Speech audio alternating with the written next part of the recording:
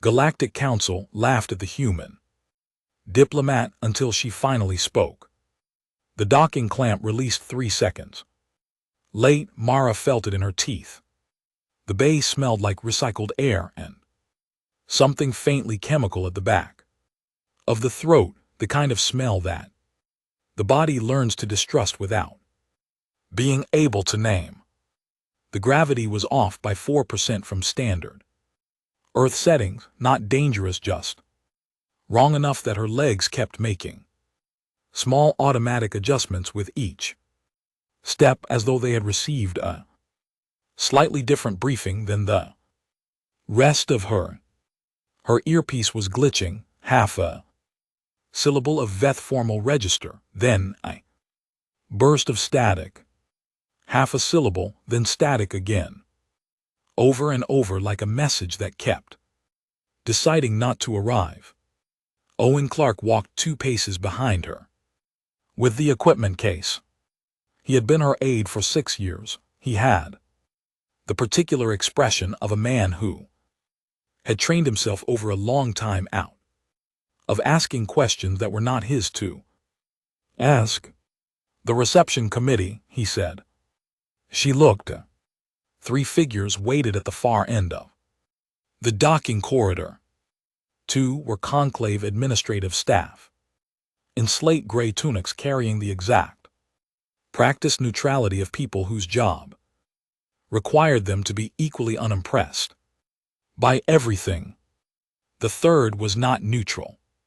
7 ft tall, pale crystalline structure, every flat surface of him catching the station's overhead light and breaking it into thin, prismatic lines that shifted each time he moved. He looked like someone had taken something that belonged deep inside a mountain and given it a diplomatic title and a seat on the floor. Delegate Soveth. Mara had studied him for 8 months before this posting. She knew his formal name, which took nearly 40 seconds to pronounce in its proper form and translated at its most stripped down to he who carries the light of accumulated wisdom. She knew his voting record going back 60 years. She knew the 260 unbroken years the Veth had held the chair position on the conclave's executive committee. She knew the specific quality of certainty that grows in a species that has never had to seriously imagine losing. She called him Soveth in her head. It was faster. He was looking at her the way you look at something that appeared in a doorway you were not expecting to open. Representative Vass, his translator, rendered his voice as smooth, carefully measured, and faintly amused in a way that was too controlled to be accidental. We were not expecting someone so compact. Behind her, Owen made a sound, not quite a cough, not quite nothing. Myra smiled. Delegate Soveth, the station is remarkable. You must all be very proud. Not a compliment. Neither of them would mistake it for one. A compliment required warmth, or at least the performance of it. This was a verbal placeholder, a way of filling the moment without giving it anything real. He did not react visibly. She did not need him to. They walked. The conclave station, Meridian in the standard galactic registry, had been under construction for 400 years. 11 founding species had argued over every structural choice, every corridor width, and every surface material, and the result was a building that felt like several strong and opposing architectural philosophies had collided at speed and then agreed to coexist in permanent, low-level disagreement. Veth geometric precision gave way to Sathari organic curves, gave way to Preth plane functional stone. The ceiling height changed between sections. The lighting shifted in warmth and angle, depending on which species had designed The nearest wing. The air recyclers ran at different pitches in different corridors, which meant the station's background hum was constant but never quite the same note.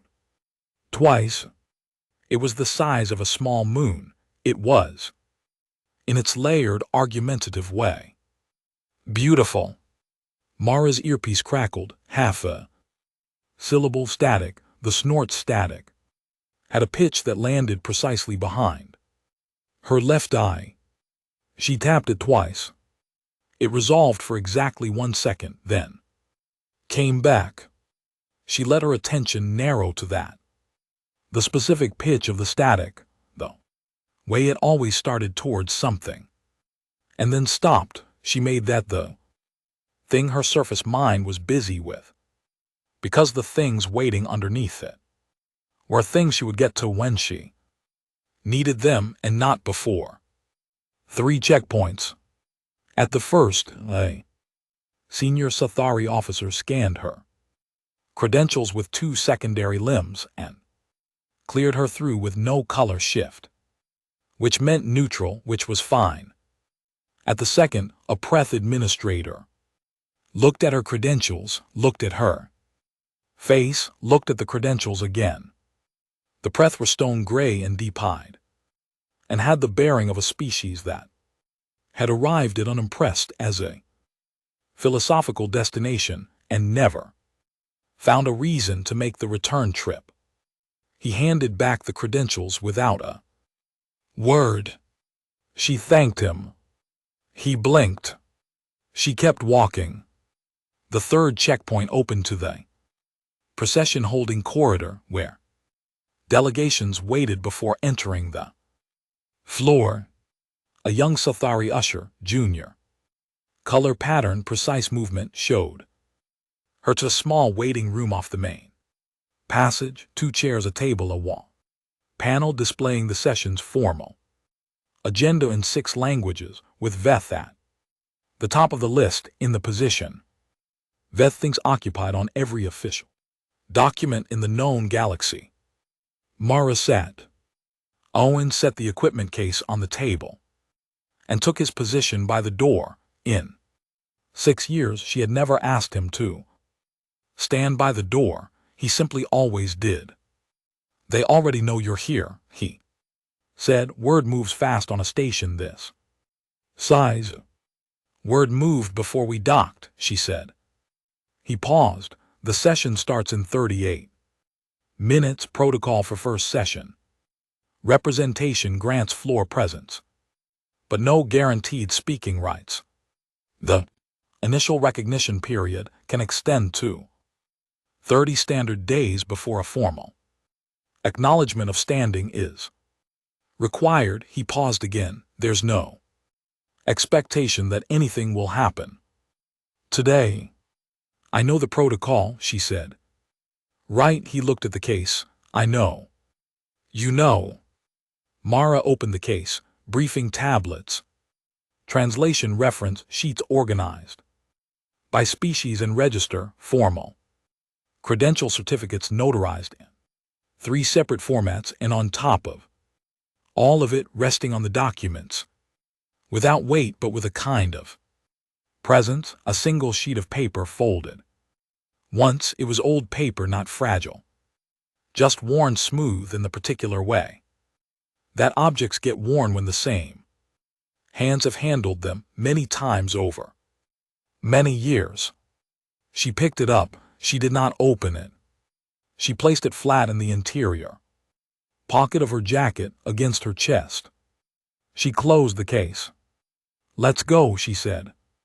The chamber was already half full when they arrived. Myra walked to the floor.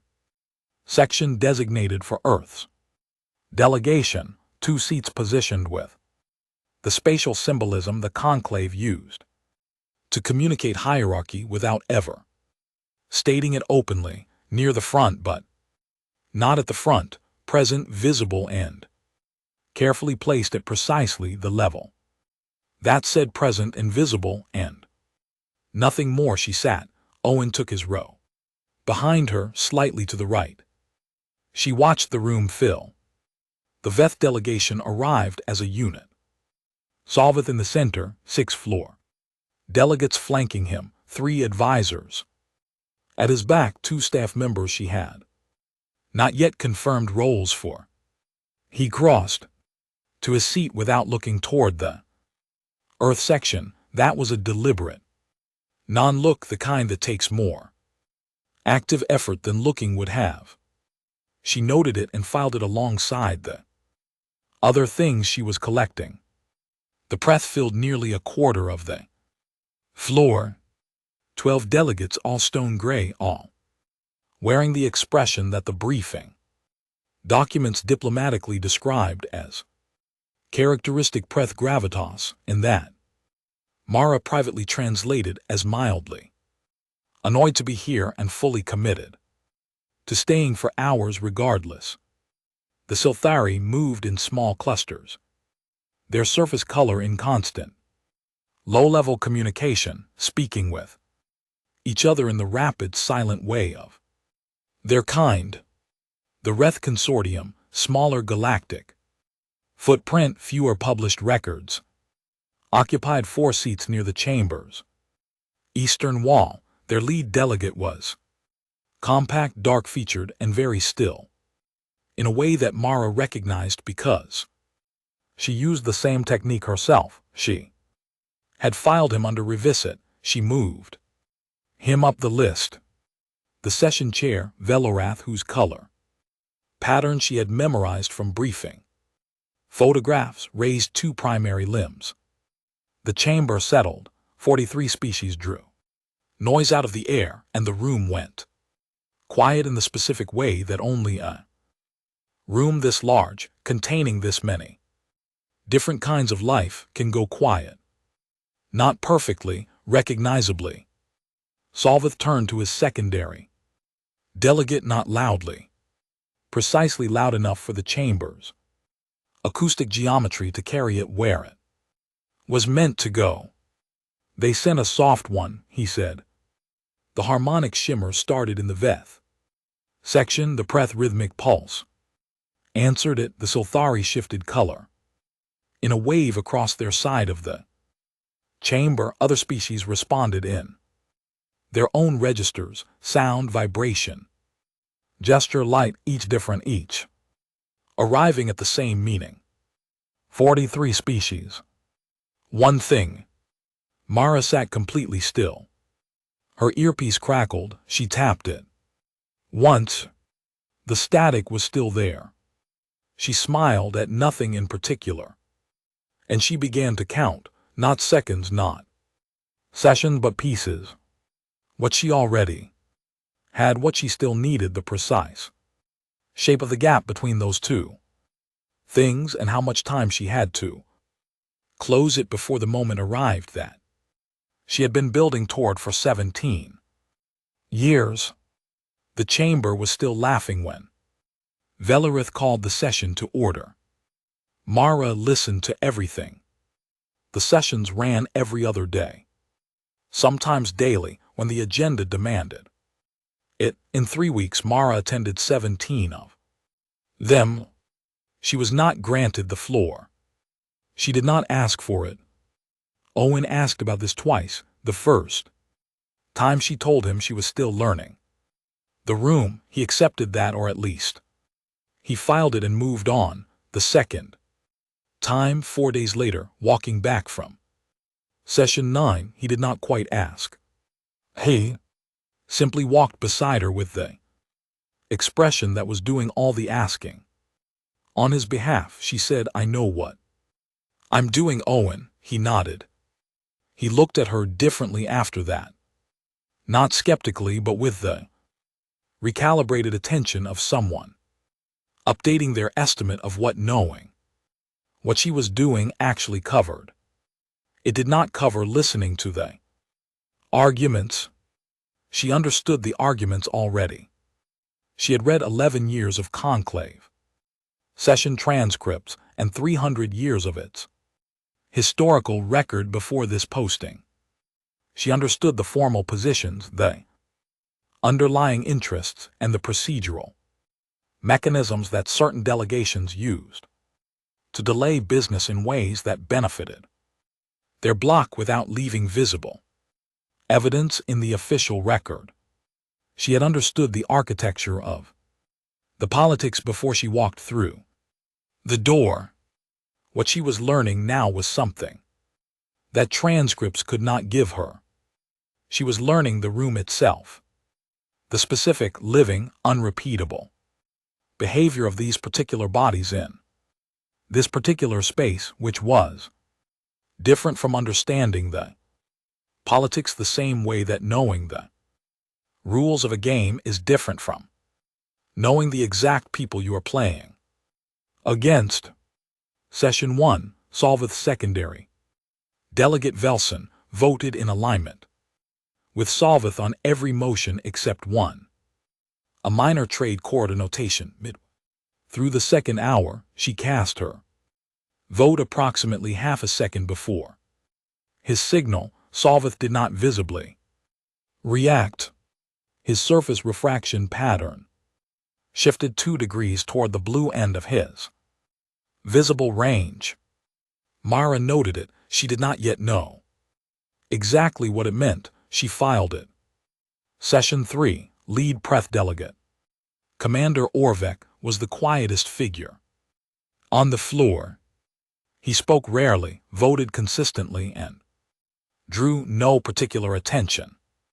But every time the hegemony of Preth faced a count they were not expected to win, Orvek made brief, direct eye contact with Velerith exactly 4 seconds before the vote was called.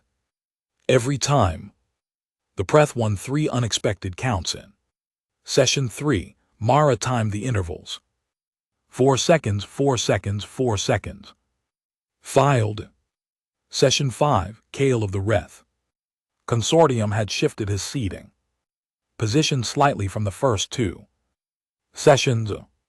The change was small enough that most of the chamber would not register it. The effect was that he was now positioned approximately 1 section closer to the Earth delegation. He sat with a quality of stillness that Mara recognized in her own body, the active kind, the kind that looks effortless from outside because it costs significant energy to maintain. He had noticed her using it. He was, as far as she could determine, the only person in the chamber who had.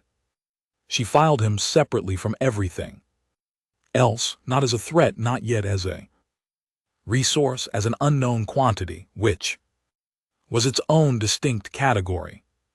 Session 7, The Hegemony of Preth. Tabled the first motion to classify Earth as a Category C protectorate.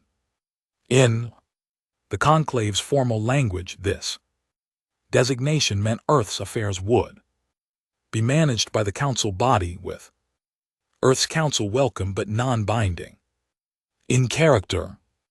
In plain language, it meant a ward, a managed territory, something that had opinions but not votes, preferences but not standing. The motion passed as a notation, not yet binding, but on the official record now, which was the first step toward making it the only record.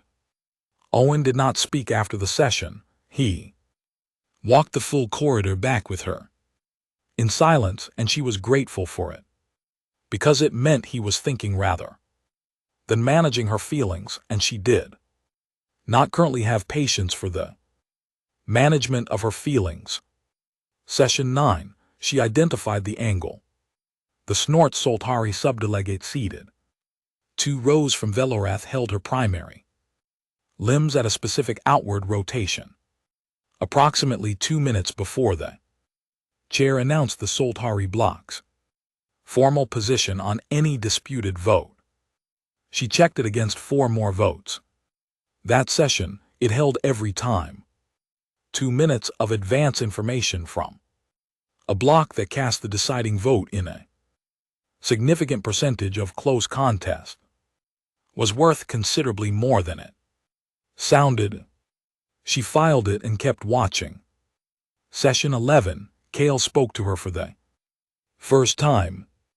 Not in session, after it in the main corridor during the brief window when the chamber emptied, he came close, enough to speak in a tone that would not carry beyond the two of them.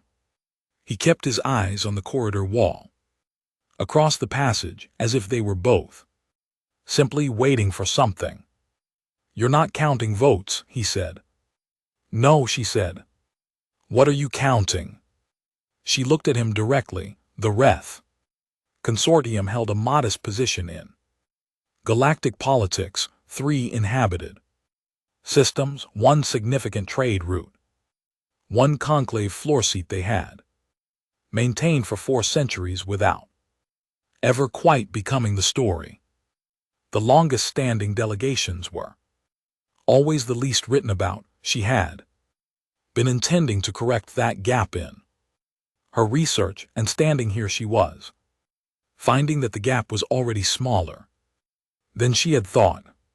"The room," she said. He was quiet for 2 seconds, then he kept walking. She watched him go.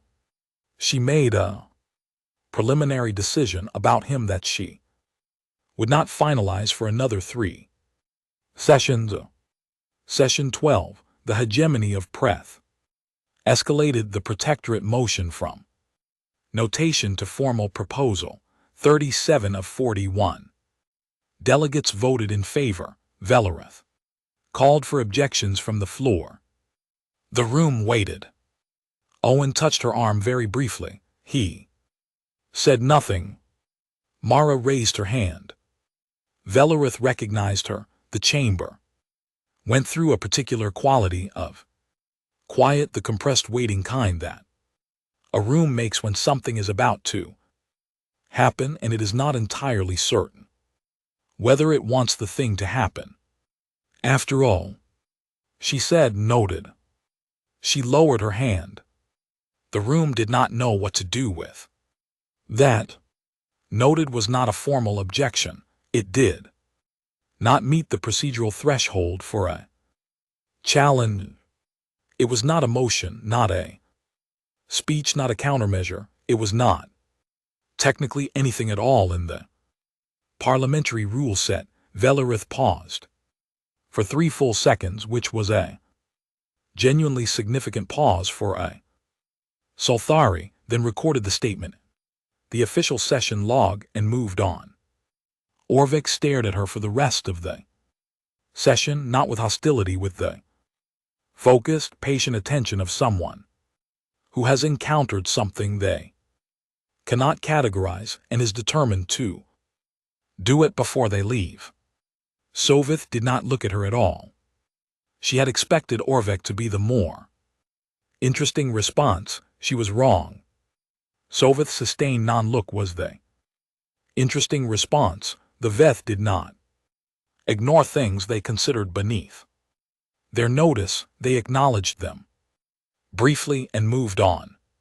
Sustained ignoring required something more deliberate, which meant the thing being ignored was occupying enough of your attention that you had to keep choosing actively not to turn toward it. She filed that too. After the session, Owen walked beside her in the corridor silence. When he finally broke it, his voice was careful. "1 word," he said. "Yes," she said. "We came 6,000 light years for 1 word. We came 6,000 light years for the right word at the right moment," she said. "Today it was 1 word. Next time it might be different." He stopped walking. She kept going. She ate alone that evening, her consistent preference. The station provisioning produced an approximation of food that was close enough to be acceptable. She ate at her desk and read from the margins of a physical book she had carried from Earth, an old work on negotiation theory, written before she was born by someone who had never imagined their work reaching this location. The margins were covered in fast, looping, very confident handwriting. annotations on nearly every page. She had read them so many times she did not need to look at them directly. She knew them by their shape on the page. Sessions 13 through 15 passed and added more pieces to the framework she was building in her head. The structure was taking shape. It still had gaps. She had identified 3 of them and closed 2. The third would require something she could not find in the briefing documents or the session records. Session 15, she made her decision about Kale.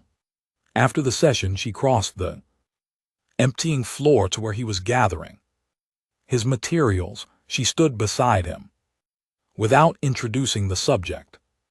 The RETH Consortium received Category B associate status in year 40 of the conclave. She said, your founding delegation was given provisional floor standing on the condition of a technology exchange agreement. How long did it take to reach full standing? He went, still not surprised, still recognition, still the specific stillness of someone who has just heard the question they have been waiting to be asked. 63 years, he said. Who helped you? He looked at her for a moment. Really looked. The Silthari chair at the time. A delegate named Velprith. She found us 3 votes we did not know we were owed. He picked up his documents. Session 17, he said, which was not an answer to any question she had asked out loud. She nodded. Session 17 arrived. The Preth filed the full binding motion. Not a notation, not a proposal, but a complete formally scaffolded classification with procedural architecture around it that made a direct challenge technically viable, but practically very difficult. 39 votes in favor. The motion passed. Mara held her pen, an old pen, earth-made, the kind still sold in small stationery shops. She had carried it since before she left. She held it without writing anything, feeling the specific weight of it, the specific way it sat in her hand. She clicked it twice. Clean sound, precise. She set it on the desk surface and looked at the chamber, at Sovith's position, at Orvith's expression, at the angle of the Silthari subdelegates' primary limbs, and she laid out in her mind the complete framework, all the threads together, the full shape of it. It was ready. It had been since session 15. If she was honest with herself, she had needed 2 more days to be certain. Now she was certain. 3 things needed to happen before the moment arrived. She had already arranged 2 of them. The third required Cal. She picked up the pen, clicked it once. Soon, she thought. The cultural exchange reception was the conclave's quarterly event for what the official program described as cross-species social integration and informal relationship building. In practice, this meant a large room filled with delegations who spent formal sessions outmaneuvering each other, now arranged in proximity around things that approximated beverages for their respective biologies, performing the social behaviors of their kind, while a Silthari orchestra played something specifically composed to be inoffensive to as many auditory systems as possible. Attendance was mandatory. Myra arrived precisely on time, which was unusual. Most delegates arrived slightly late, as a minor but consistent status signal. She arrived on time because she needed the room before it filled, and spending 12 minutes observing a room fill was considerably more valuable than the status signal of arriving after it had. She took a position near the east entrance, drink in hand, and watched. The drink was something the provisioning service had prepared for human Chemistry, pale gold, faintly floral. She had no information about what it actually was. She held it without drinking. It was a useful prop. Something in the hand gave the hands a reason to be still, and still hands meant a body that looked relaxed, and a body that looked relaxed was considerably less visible than one that didn't. The Preth delegation occupied the far corner as a unit. That was a Preth social behavior rather than a diplomatic posture. They simply did not process large mixed species gatherings as opportunities for anything other than extended positioning. So they stood together and released individual delegates in brief targeted sorties to make specific contact before returning to the cluster. It was efficient. She respected it. Orvik was not with them. He was on the opposite side of the room near the secondary refreshment station in conversation with a Silthari administrator. He had positioned himself with sight lines to 3/4 of the space. He was doing precisely what she was doing. She noted that without surprise and updated her estimate of him accordingly. You arrived early, Kale said, appearing at her left at a distance that was close enough for private speech. So did you, she said. I always do. He held something dark in a narrow vessel, fewer bodies to navigate at the start, or more space to watch them arrive. She said. He made a sound that might have been amusement, though snorts wrath. Expressions were difficult to read without extended observation as a reference point. You made your decision about me after session 15, he said. Yes. What did you decide? She had decided that Kale had been watching this conclave floor for longer than most of its current delegations had existed, that he had survived several shifts in galactic political structure by being precisely as visible as was useful and no more, and that he was, under the careful inconspicuousness, someone who had been watching to see if a human delegation would ever arrive, that understood what it was actually walking into, that you've been waiting a long time for someone to attempt this particular thing, she said. He was quiet for a moment. The Silthari orchestra shifted to a new composition. My delegation received Category B status in year 41, he said. We held it for 63 years. Full standing came in year 104 by a vote of 31-10. He turned his drink in his hand. In the 63 years before that vote, we sat on this floor. We were present at every session. We were entered in the record. And we were never the story. He paused. I know what you're building. I know you do, she said. The Veth's formal internal position on protectorate classification has a secondary clause in the founding charter. Language, he said, Appendix 7. It has not been formally invoked since year 216. It requires that any Category C classification be reviewed at the request of the classified body. If that body can demonstrate independent diplomatic function above the third tier. He paused. The Veth have been very careful not to draw attention to it. She had read the charter. She had not found that clause. Which volume, she said. The secondary appendices, the document set your provisioning office would have received is missing volume 4. The omission is not documented anywhere. She held that. She thought about what it meant for the framework. It did not change the framework. It completed it. It was the third gap, the last piece.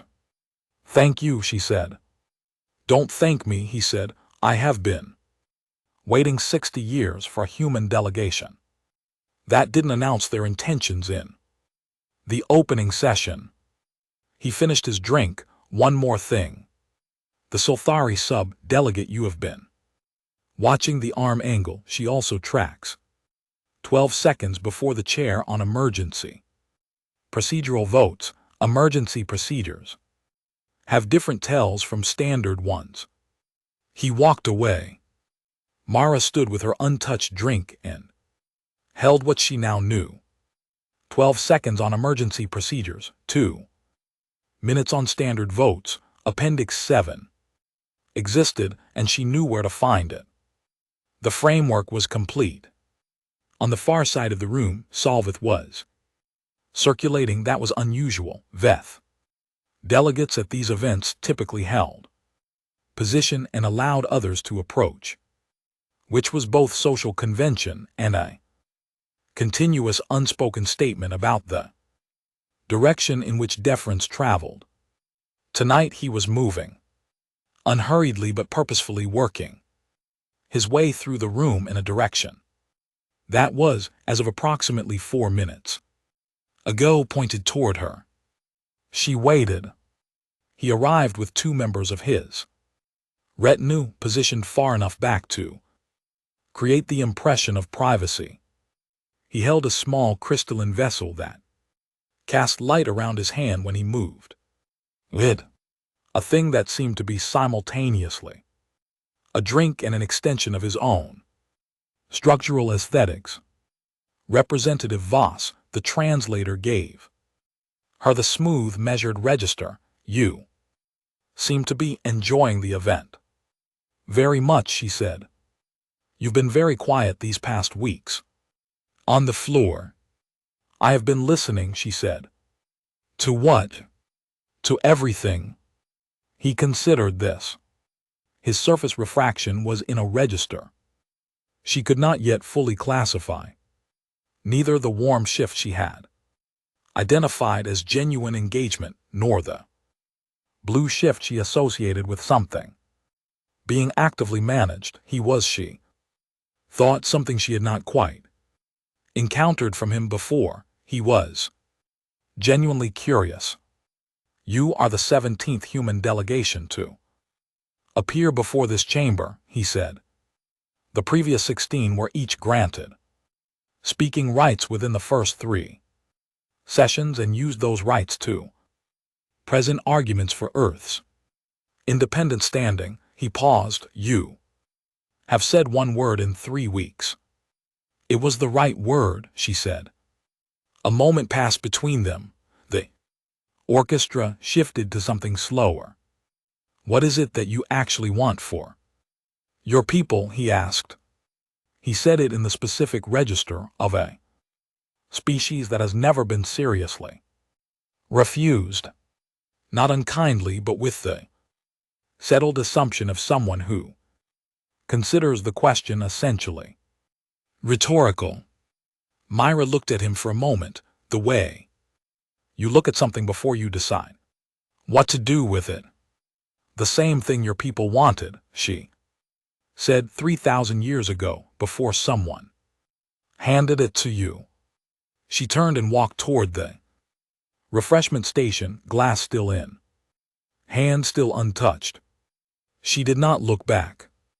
Behind her, Solvith's surface light shifted into the register she had seen 3 times now, but still had no name for.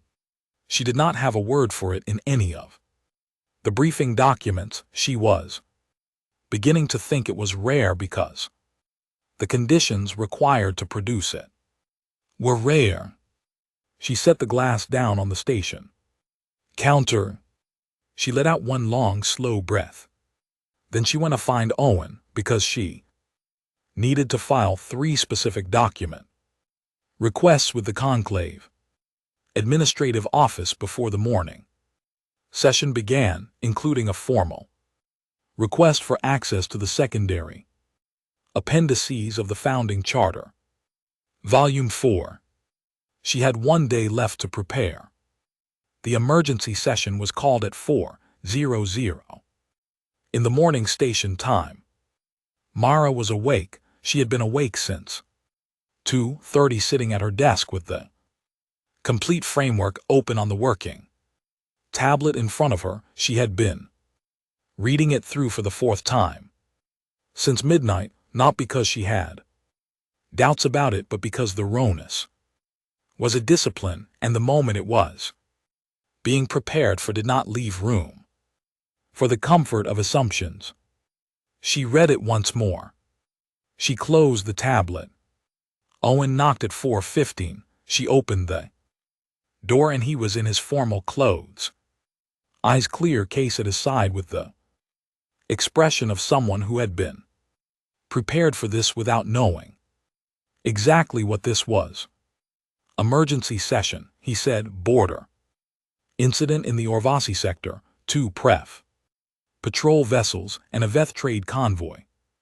The Veth are claiming territorial violation of the Meridian Trade Agreement. The Pref are calling it a protected transit route under the Navigation Charter of Year 188. 3. Inhabited systems are in the conflict.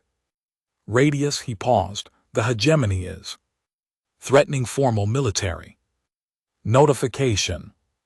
I know, she said. He looked at her. I read the preliminary dispatch at 2:45, she said. Get the case. He got the case. They walked to the chamber through the 4:00 in the morning quiet of the station, which was not quite silent but had a quality different from the session hours. Fewer people in the corridors, faster movement from those who were present, a tightness in the air that was less about sound and more about what the sound was anticipating. The chamber was filling fast when they arrived, not with the orderly paced arrival of a scheduled session, but with delegations moving in clusters, advisors close, voices low. Everyone in the room understood the weight of what had brought them here at this hour. Mara took her seat. She placed the pen on the desk surface in front of her.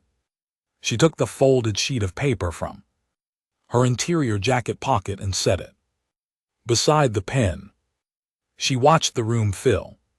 Soveth arrived with his full retinue and moved to his position quickly, which was the fastest she had seen him move in 3 weeks of watching him. The Preth filed in with Orvek at the front, expression unchanged from its standard setting, which communicated nothing because Orvek's expression was always that setting. The Silthari moved with the fast, color-saturated communication pattern she had come to associate with their crisis mode. Kale was already seated when she arrived. He looked at her once. She looked back. Once, that was enough. Velerith called the session to order at 4:38. Oveth opened. His statement was clear, formal, and precisely controlled. The Veth trade convoy had been operating within the established Veth transit corridor. The Preth patrol vessels had crossed into that corridor. This constituted a violation of the Meridian Trade Agreement of Year 240, foundational document of conclave commerce law signed by both species. The Veth demanded formal acknowledgement, a formal apology, and a comprehensive review of Preth patrol assignments throughout the sector. Orvek responded with equal clarity and equal formality. The Orvasi sector contained a transit route classified under the Preth Protected Navigation Charter of Year 188, which predated the Meridian Agreement by 52 years and therefore took precedence on questions of navigational right. The Preth patrol vessels were operating within their established and documented authority. Any suggestion otherwise was a misreading of the foundational charter. Both positions were correct. That was the problem, and it was a very specific kind of problem: the meridian agreement and the Preth navigation charter occupied the same physical space in the Orvasi sector and had never been made to acknowledge each other's existence. They had been signed 60 years apart by parties who had each assumed the other's framework would simply accommodate them.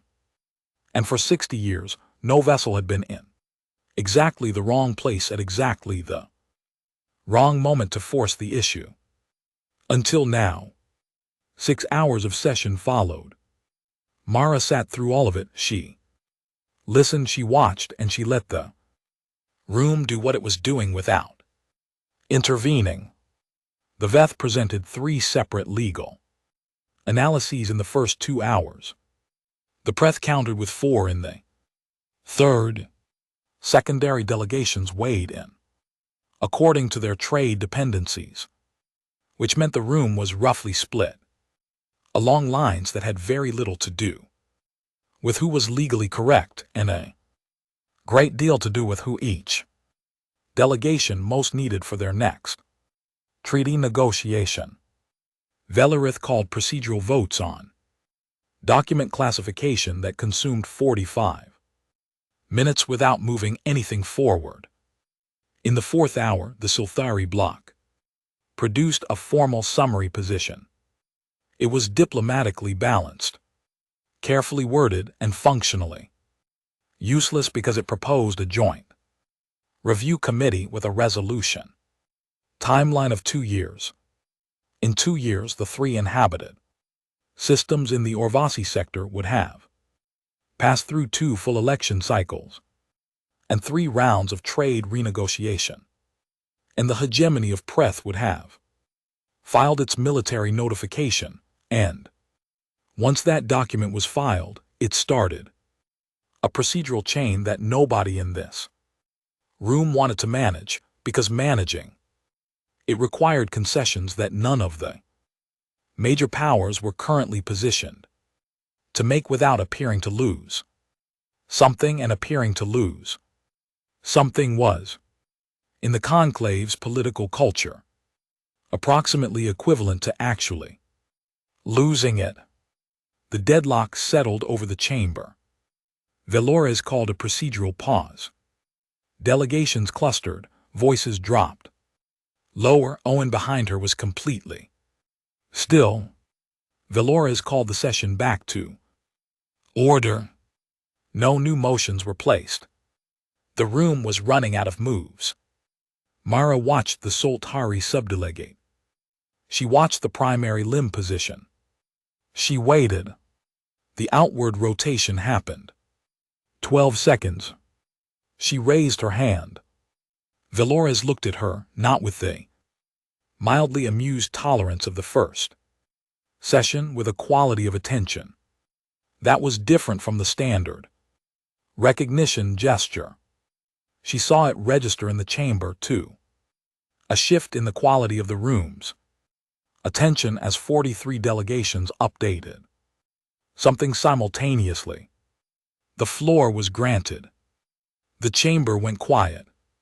Not the polite quiet of standard proceedings, the held, suspended quiet of a room that has been fighting for 6 hours and has just been asked to stop and listen to something it does not yet understand but is against its own expectations, willing to try. Mara stood. She did not refer to her notes. She did not look at the tablet. She looked at the chamber, and she began.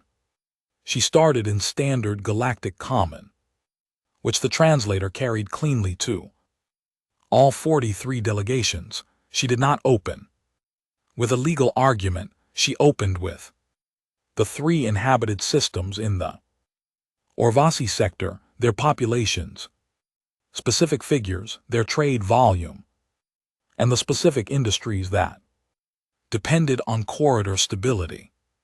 The precise economic structure that made a 2-year review timeline not merely inconvenient but structurally damaging.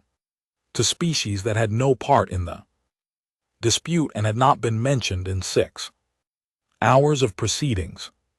She held that in the room for exactly long enough. Then she switched.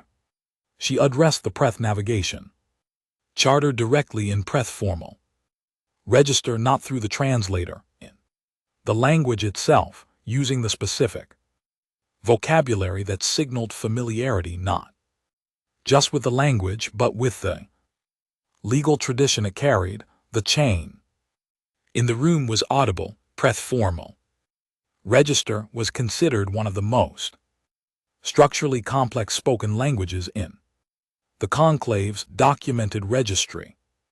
Orvix's expression, which had not changed perceptibly in 3 weeks, changed. She tabled a framework. 3 components. The first redrew the transit corridor boundary by 14 degrees along existing meridian agreement language, using a provision in Appendix 3 that had been available to both parties for 60 years and never invoked, which resolved the immediate overlap without requiring either party to admit a mistake.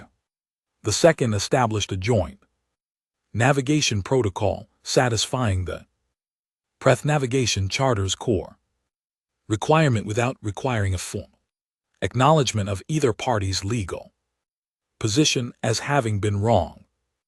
The third she delivered in Veth formal register, shifting languages mid-sentence, which produced a visible and immediate response in the Veth section of the floor. She invoked Appendix 7 of the conclave founding charter.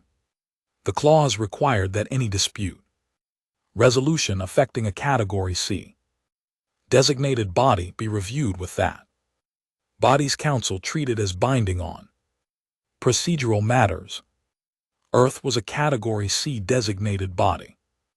Mara had filed the formal request to invoke Appendix 7 that morning at 6:30, 40 minutes before the emergency session was called. The timing was not coincidental. The chamber was completely silent. She looked at Soveth. His surface refraction was doing something she had not seen from him in 3 weeks of watching him. The unfamiliar register she had first seen at the reception and had been unable to name. It was larger now, more visible. She was beginning to understand what it was. It was the register of a species encountering something it did not have a prior category for, which, for a species that had spent 3,000 years building categories for everything, was not a thing that happened frequently. She let the silence hold for exactly 1 full second. Then she said, in Veth formal register, clean and precise, or we can keep going. I have nowhere to be. She clicked her pen twice. She sat down. The chamber held the silence for 4 full seconds. Then from the eastern wall, a single quiet sound, brief, controlled. Kale's register for amusement. Velerith called for a procedural vote on the framework. It passed 31-10 with 2 abstentions. Mara did not write anything on the paper in front of her. She picked up the pen and put it in her jacket pocket. Alongside the folded sheet, she collected her materials and stood. Behind her, Owen gathered the case. Without a word. At the corridor junction near the quarters wing, she heard him stop walking. She was 3 steps ahead of him when she heard him say something very quietly, not to her, not addressed to anyone in particular, just a thing he said into the corridor air. She kept walking. Earth's formal recognition took 11 days to process through the conclave's administrative system. Mara had understood in an abstract way before arriving that the documentation requirements for recognizing a new independent standing body would be Substantial. She had not fully appreciated what substantial meant to an institution that had been developing its documentation standards for 4 centuries and had never once been required to make the process faster or simpler for anyone. 47 separate forms, 17 requiring signatures in multiple galactic languages, 9 requiring counter signature from existing full-standing delegations. Kale countersigned 4 of them without being asked, which saved approximately 2 days of locating willing parties. She did not thank him for this. He would not have wanted her to, and he already knew she understood. Owen managed the administrative process with the focused efficiency that was genuinely his best quality. He moved through the conclave's bureaucratic corridors like water, finding its way through a landscape, not forcing anything, not fighting the structure, simply finding the available path and taking it until he arrived where he needed to be. She stayed out of it entirely and let him work, which was a form of trust she did not extend easily, and was glad she had learned.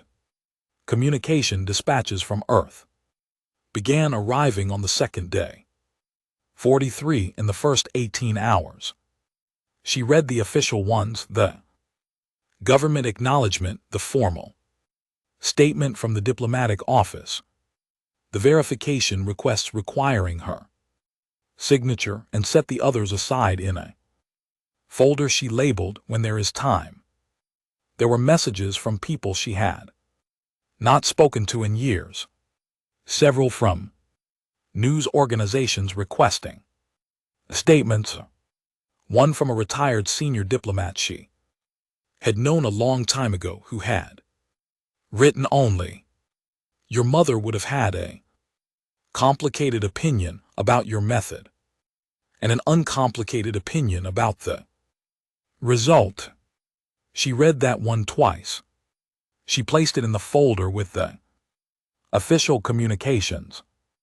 On the third day, Nina Webb, Earth's communications officer assigned to the Meridian posting, who had spent the past 3 weeks managing the transmission relay from a small office 2 corridors from Mara's quarters, knocked at midday with a data chip and an expression that fell somewhere between competent and overwhelmed. 312 incoming messages as of this morning, she said. 14 from Parliamentary Council members, 2 from university departments requesting interviews, 1 from someone claiming to be your second-grade teacher. "Is it?" Mara asked. Nina checked. "It is actually. Teacher named Mrs. Paulson. She says she knew you would do something like this. File it with the others." Nina filed it. She stood by the door for a moment in the way that people stand by doors when they are deciding whether to say the optional thing. She said the optional thing. "How are you?" she asked in the careful tone of someone who understood the question had 2 meanings and was asking both simultaneously. Mara considered it not as a social formality but as an actual question, deserving an actual answer. "Tired," she said, "which seems right." "It does," Nina said. "It very much does." She left. Mara sat at the desk and did not open the messages folder. She looked at the wall. The station's interior did not offer windows. She had found this difficult in the first week and had stopped noticing it by the second. She thought about the gray suit. She thought about the specific acoustic design of the chamber and the way it had carried certain sounds to certain places, how it had been built to serve the power of whoever held the floor, and how that meant that when you finally held it, everything the room was made of worked in your direction. She thought about her mother who had known this, who had written it down in the margins of a book that Mara had read, until she had no need to read it again. Her mother had understood exactly what the right approach looked like. She had arrived at that understanding late in her career, when the opportunity to apply it had already been closed to her, and she had spent the years remaining to her building the map as completely as she could and leaving it for someone else to finish. Mara had found the map when she was 23. She had spent 15 years learning what she still needed to learn before the map would actually work. She had been waiting for the right room. On the 6th day, a formal message arrived from the VETH delegation, not from staff, not from an administrative contact, from Soveth directly under his full formal title, requesting a private meeting. The location he proposed was a small consultation room on the station's 7th level in the VETH-designed wing. She recognized the choice, his preferred ground, his architectural context, his ambient conditions. She accepted without comment. She asked Owen to hold her schedule. She walked to the consultation room alone. The 7th level corridor was quiet in the particular way of VETH designed spaces. Clean lines, no ornamentation, surfaces that caught and directed light with the kind of intentionality that made every room feel like it had a precise opinion about where you should stand and what you should be thinking about while you were there. The consultation room had a long table, 2 chairs, and a single light source, positioned at an angle that the VETH found comfortable and humans found slightly too bright. She sat down and waited. Soveth arrived alone, no retinue, no advisors, no staff. He closed the door, which was an unusual gesture for a VETH who typically did not manage their own spatial environments when staff were available to do it.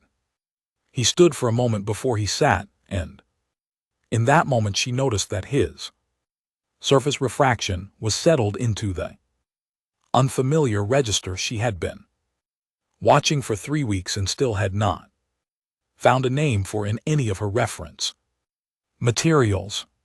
He sat. He looked at her across the length of the table. "I requested this meeting," he said, "because I find myself in an unusual position." "Tell me," she said. "The VETH have held a seat on the Conclave's executive committee for 260 years," he said. "In that time we have seen 43 species appear on this floor, with arguments for independent standing.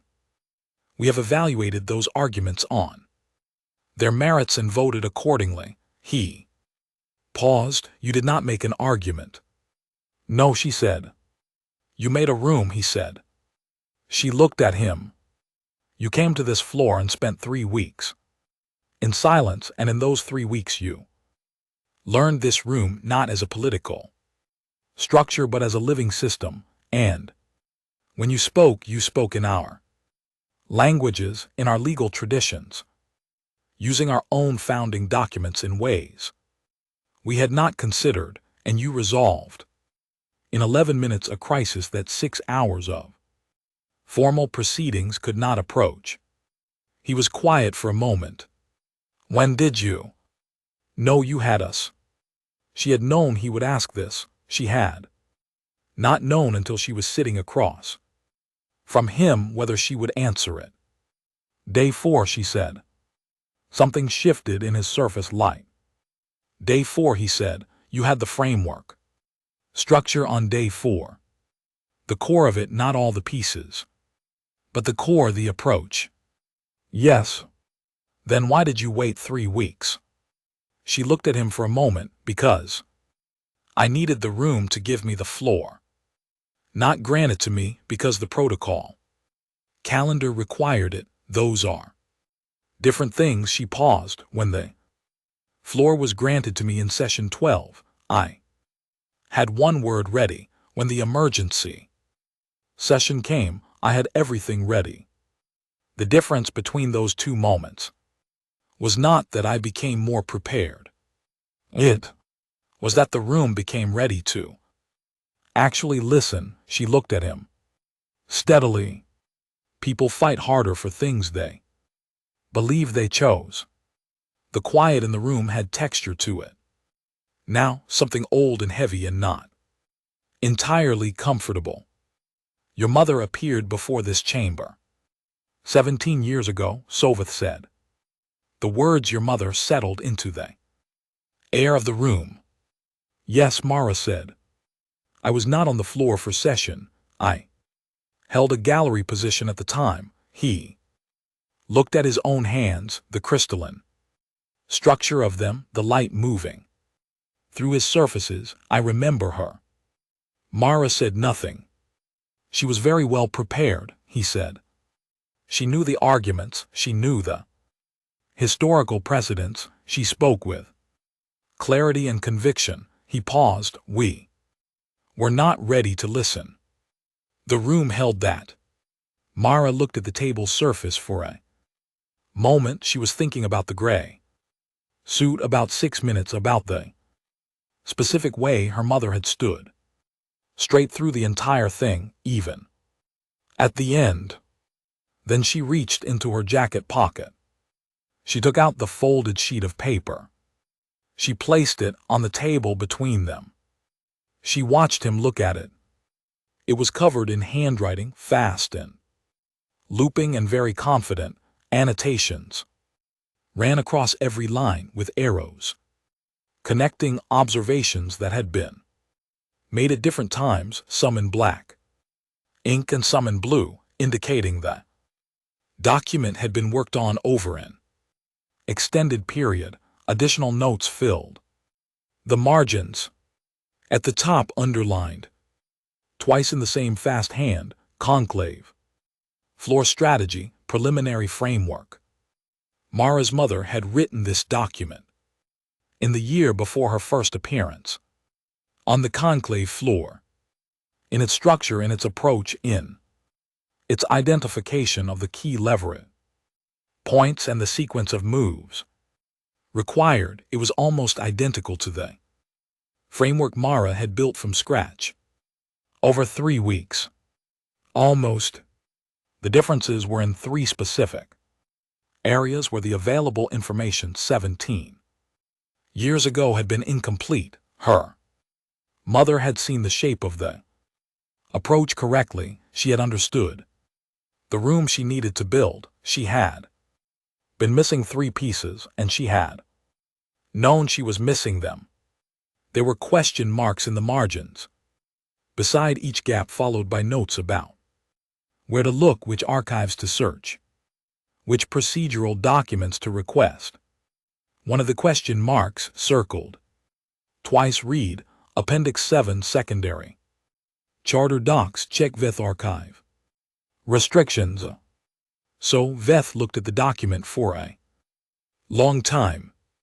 His surface light was doing something she had never seen from him before. Something larger than the unfamiliar register, something she thought might not have a name in the briefing materials because there was no prior documentation of the conditions required to produce it. She built this before she arrived, he said. Yes, Mara said. She had most of it. She had the shape of it. She was missing 3 pieces, because those pieces were not accessible to her. He said it directly, without deflection. She did not answer that. She did not need to. He looked at the document. He looked at her. You came back to finish it, he said, not a question. My mother spent the last 12 years of her career filing records requests, reading restricted archives, and building a map of this room from 6,000 light years away without ever being given a second chance to stand on the Floor. Mara kept her voice level, not because she was not feeling it, because the level voice was a choice, the same choice silence had been, the same choice. Every unhurried step through this station had been, she gave me everything she had figured out. I came to close the gaps. The quiet was different now. It had a different weight to it.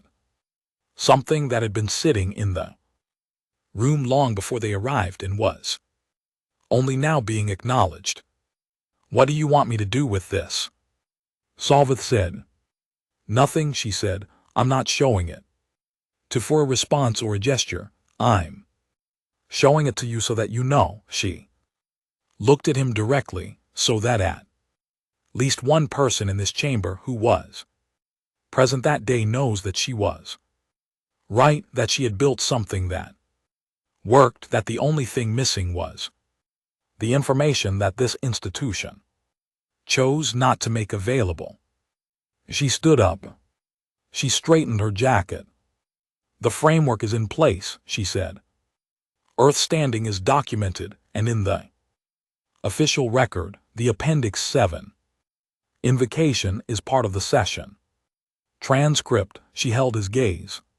The next delegation that arrives on this floor from a small world that nobody is prepared to take seriously yet, you will know what they might be doing, whether there is someone at home who has been building a map for 20 years, whether the question marks in the margins are the real strategy. She picked up her pen from the table. She did not take the paper. She left it where it was. She set the pen beside it on the table, surface next to her mother's handwriting. She walked to the door and opened it and stepped into the clean, precise light of the Veth corridor. She did not look back. She walked through the station the way she had walked through it on the first day, through the shift from Veth geometry to Soltari curves to Preth stone, through the changes in ceiling, height and lighting and the varying pitch of the air recyclers, through the 3 checkpoints running in reverse this time, through the docking corridor where the gravity was still 4% off standard and her legs still made the small automatic adjustments, the same adjustments they had been making since she arrived. The bay smelled the same as it had on the first day. Her ship was prepped. Nina had confirmed the transit schedule. And GT snorts. And GT. Owen was already at the entrance to the docking tube, case in hand, positioned by the door the way he always positioned himself. She stopped beside him. She looked at the ship. She did up the top fastening of her jacket against the cold, recycled air, and stood there for a moment. She thought about nothing in particular. That was not true. She thought, Mom, I got us a seat at the table. She thought, I found Appendix 7. She thought the handwriting in the margins was right about almost everything, and the things it was not right about were not wrong. They were just waiting for information that existed and had simply not been made available yet, and that is a different thing from being wrong, a very different thing, and it matters that the difference is understood. She thought about the question marks in the margins, circled twice still, waiting for answers at the end, and how it had taken 15 years and one long walk through a room that laughed in one 11-minute speech in 3 languages to finally close them. She thought, that is what you do with the work someone left you. You find the gaps they knew were there, you close them. You leave the door slightly more open than you found it, and then you get on the ship because there is more work to do, and it will not do itself, and grief is something you carry on the way to the Next thing, not something you set down. Before you go. She thought about the paper sitting on a table in a Veth consultation room 7. Levels up, and about how it was no longer hers to carry. She had carried it long enough. Owen said nothing. He was very good at knowing when nothing was the right thing. She looked at the ship one more time. Then she walked down the docking tube. And the ship received her, and the docking clamp released exactly on time. She felt nothing in her teeth. She sat down and looked at the stars and thought about what came next. There was a great deal that came next. She was ready for it.